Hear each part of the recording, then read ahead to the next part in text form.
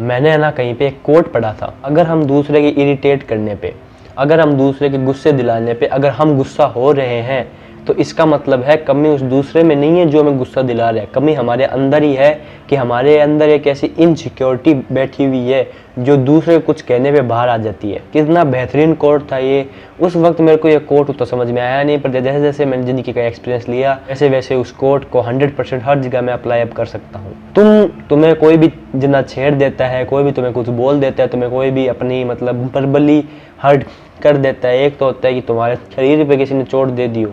तब तो अपन मान भी सकते हैं कि हाँ तुम्हें चोट पहुंच चुकी है क्योंकि जो तुम्हारा शरीर है वहाँ पे एक जख्म है। बट किसी ने तुम्हें इनडायरेक्टली बोल के कुछ कहा या फिर उससे तुम्हें गुस्सा आया, उससे तुम्हें दुख हुआ, उससे तुम्हें हंसना आया, उससे तुम्हें रोना आया,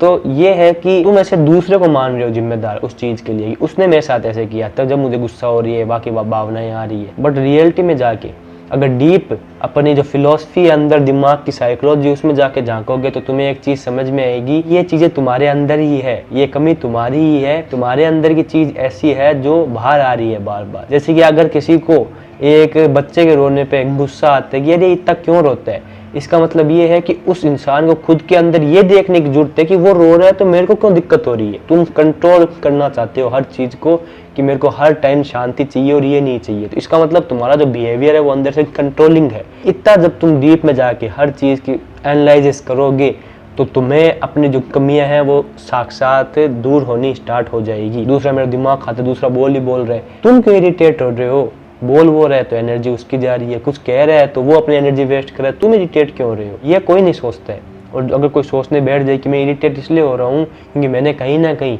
ये मन में मान लिया है कि दूसरा वाला इंसान मेरे हिसाब से ही बात करना चाहिए, मेरे हिसाब से ही टुकना चाहिए, और मैंने कुछ अपने माइंड में स्टैंडर्ड सेट कर लिए हैं, उसके हिसाब से अगर वो सामने वाला सामने वाला एक्ट नहीं करता है तो मैं बोल देता हूँ कि ये तो इरिटेटिंग है, ये तो ये। या फिर मैंने अपनी ईगो में एक ऐसा माइंड ट्रैप क्रिएट कर लिया है कि मेरी ईगो बार बार मेरे को ये बोलती है कि ये मेरे हिसाब से चीज़ नहीं हो रही है, और जो चीज़ मेरे हिसाब से नहीं हो रही है वो फिर मेरे हिसाब से है गलत। तो इसको हमारा सबकॉन्शियस माइंड ही है जो हर चीज़ के लिए दोषी है, और कोई दोषी नहीं है तुम्हारी किसी भी चीज़ के लिए। कोई भी तुम्हारा कुछ भी नहीं उखाड़ सकता है। जैसे कि मैंने आई हैव नो एनिमीज वाले वीडियो में भी कहा था, कोई भी तुम्हारा कुछ भी नहीं उखाड़ सकता है, कोई भी तुम्हारा दुश्मन नहीं है। सबसे बड़े दुश्मन तुम्हारे तुम खुद के हो। तुमने जब तक ये नहीं समझा कि हर चीज़ की जो भी भावना उठ रही है, जो भी तुम्हारे मन में चल रहा है, जो भी तुम्हें गुस्सा क्रोध सब कुछ हो रहा है, उसका दोष जब तक तुमने दूसरों पे डालना नहीं छोड़ा और अपने अंदर नहीं देखा कि हर चीज़ का उत्तरदायी मेरे दुख के लिए, मेरे क्रोध के लिए, मेरी हर भावना के लिए मैं खुद हूँ, तब तक तुम्हारी जिंदगी जंड ही रहेगी। दूसरा जो भी कर रहा है तो मेरी लाइफ की चाबी, मेरी लाइफ की उसके हाथ में क्यों है।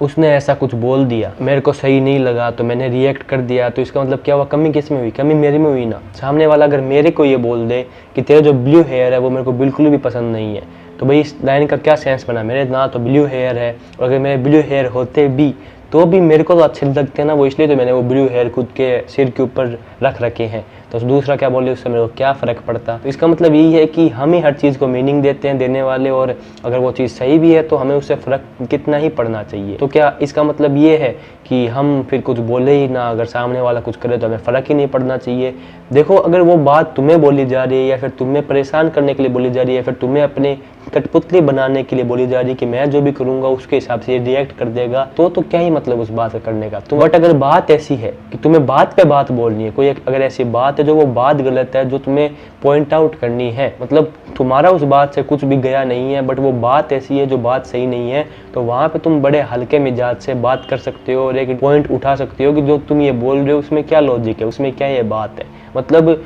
अगर तुम किसी को कुछ समझा भी रहे हो या फिर किसी की कोई गलत बात पे पॉइंट आउट भी कर रहे हो, तो भी तुम्हें ये चीज़ बहुत ही बारीकी से समझनी होगी कि तुम्हें कभी भी कोई भी चीज़ पर्सनली नहीं लेनी है, कभी भी अपनी ईगो से किसी चीज़ को नहीं जोड़ना है। सामने वाले को अगर कोई चीज़ बोल भी रहे हो, बता भी रहे हो, पॉइंट आउट भी कर रहे हो, तो भी उसमें इतना फासला ये रखना कि उसको बात बताते हुए तुम इरिटेट, गुस्सा या फिर अपनी ईगो से वो चीज़ ना जोड़ लो, क्योंकि अगर वो सामने वाला वो चीज़ समझेगा तो भी ठीक है, उसके लिए गुड है और तुमने अपना पॉइंट दे दिया। नहीं समझेगा तो भी ठीक है, तुमने बहुत ज़्यादा कोशिश की। पर इन चीज़ों को अपनी ईगो, एटीट्यूड, इससे गुस्सा होने की ज़रूरत नहीं है, क्योंकि फिर से तुमने वो चीज़ खुद से जोड़ ली, और जो चीज़ तुमने खुद से जोड़ ली, तुमने ये मान लिया कि सामने वाला अगर ये चीज़ नहीं माना मेरे हिसाब से नहीं चला तो मेरा कुछ बिगड़ गया। बट जबकि सामने वाला तुम्हारा क्या ही बिगाड़ देगा यार, उसके पास चाबी नहीं है बिगाड़ने की, तुम उसे चाबी देते हो बार बार के लिए, तुम मुझे बिगाड़ सकता है। इरिटेट तुम्हें एक ही चीज़ है, वो है तुम्हारा सबकॉन्शियस माइंड। ये जिस दिन तुमने इसकी लॉ, इसके पावर समझ ली ना,